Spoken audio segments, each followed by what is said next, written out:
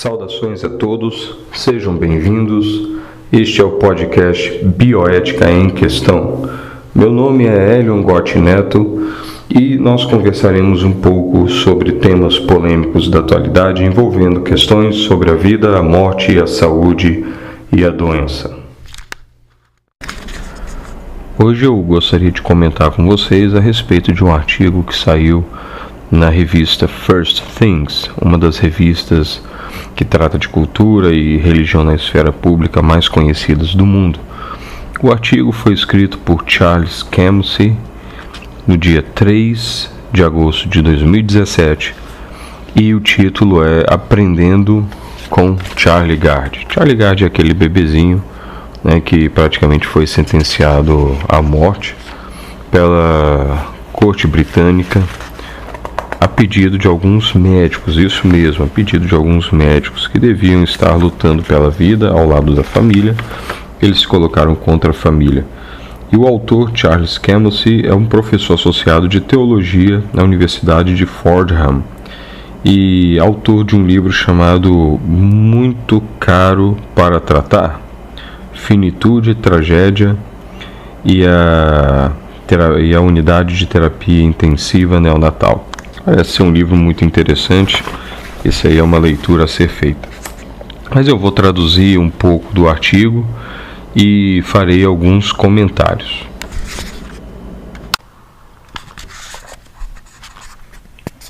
Enquanto eu participava de comitês de ética médica em hospital, algumas vezes fiquei preocupado com o fato de que médicos pudessem ser tentados, contra o desejo dos pais, a negar ou a retardar as medidas de manutenção vital de uma criança que eles pensam que estaria melhor se estivesse morta. Revoltante, de forma revoltante, isso acontece. Clínicos chamam isso de código show ou código devagar, É como se fosse fazer uma cera. Mas, afortunadamente, nos Estados Unidos, nós quase sempre nos colocamos ao lado dos juízos morais dos pais, se os pais desejam buscar tratamentos, pelo menos por enquanto. O que fez o caso de Charlie Gard tão diferente,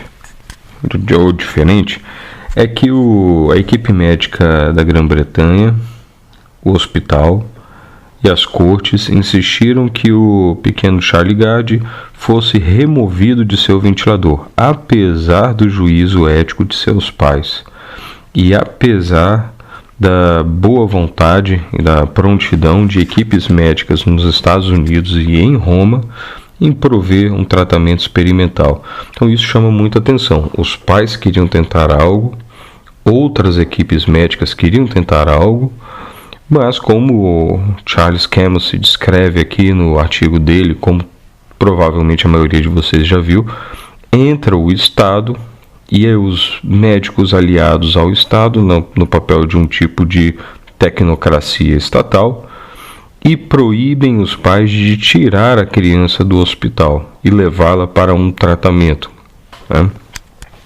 Continuando a tradução livre. Os pais de Charlie, no final, desistiram do seu pedido para viajar, julgando que a condição do seu filho tinha deteriorado ao ponto em que o tratamento experimental não teria nenhuma chance razoável de sucesso. Alguns meses atrás, quando eles fizeram a solicitação, a situação era diferente.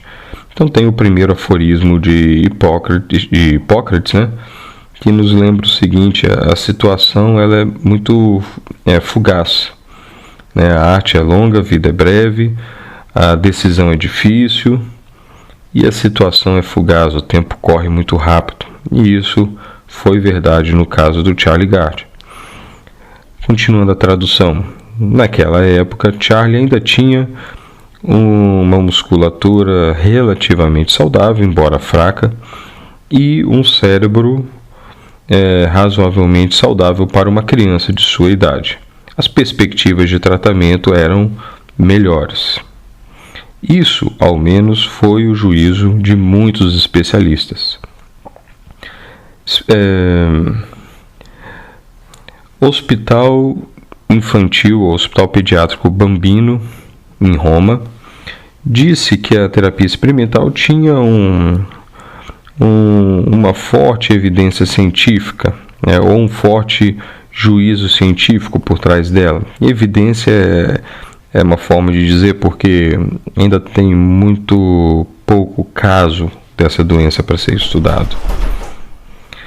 E havia uma chance razoável de que essa terapia experimental poderia ter ajudado Charlie, se a equipe na Grã-Bretanha tivesse deixado ele ir até o hospital mais cedo.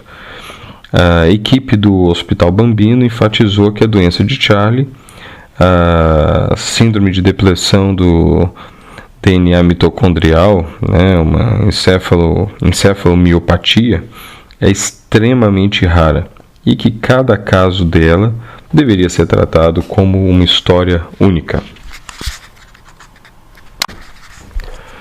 Então, nós observamos uma série de problemas aí.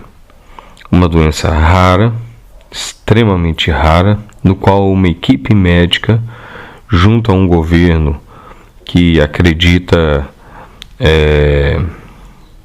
não ser válido buscar um tratamento, nega o acesso a essa terapia a um bebê, contra a vontade dos pais, e o fato de que, se você negar buscar novas evidências a respeito de uma terapia experimental, principalmente em doenças raras, você nunca vai descobrir nada a respeito dela. Realmente, cada caso é um caso, então cada caso precisa ser tratado de uma forma interessante. Só para lembrar vocês, um breve comentário a respeito do caso do protocolo Groningen, o horrível protocolo Groningen que corre na Holanda, no qual você pode fazer eutanásia de crianças consideradas sem prognóstico, com sofrimento insuportável, elas são eutanasiadas, elas são assassinadas. É claro que eles não chamariam de assassinato porque é permitido pelo Estado. E de repente você tem uma casuística de mais de 20 crianças mortas, publicadas por um dos propagadores do protocolo Groningen, e você tem um artigo de um neurocirurgião pediátrico mostrando uma criança de 7 meses que foi operada, que nasceu com um problema que levava o protocolo Groningen a ser acionado e a matar as crianças, e essa criança que foi submetida a uma cirurgia experimental complexa, difícil, essa criança aparece sorrindo, controlando os braços, interativa, com um prognóstico de vida totalmente diferente. É muito triste você desistir realmente de lutar pela vida enquanto há esperança. Não estou falando de casos sem esperança. Havia esperança no caso de Charlie Gard, mesmo que fosse pequena. Então, o que aconteceu de fato foi uma eutanásia. O caso de Charlie Gard demonstra para nós a mudança do papel do médico na sociedade, a transformação do médico num burocrata, o uso da profissão médica por um Estado que crê ser o dono de nossos filhos, e o caminho triste que a gente pode adotar. Alguém pode virar e falar que o protocolo Groningen não é uma realidade para o Brasil, é uma coisa lá dos Países Baixos, que eles têm uma história que é envolvida com esse tipo de atitude. Pera lá.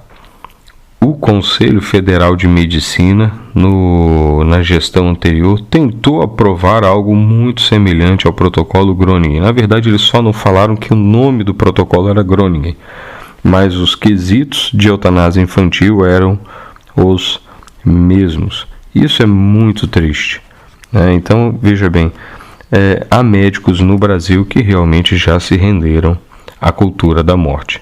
E há um intenso movimento de jovens médicos, jovens estudantes de medicina, que corre dentro da DENEM, por exemplo, de algumas outras instituições estudantis, que é a favor da eutanásia, que é a favor do aborto, é a favor do suicídio assistido, e que traz aí para dentro da medicina uma cultura da morte que vai totalmente contra o nosso legado, a nossa herança hipocrática e cristã, que fez a medicina funcionar bem durante tantos séculos, milênios, e que toda vez quando nos afastamos desse legado,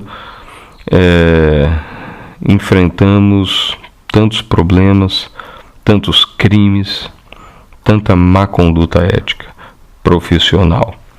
Então eu fico muito temeroso do que nos espera, né? Mas em breve nós continuaremos então falando um pouco mais desse artigo e dessa situação.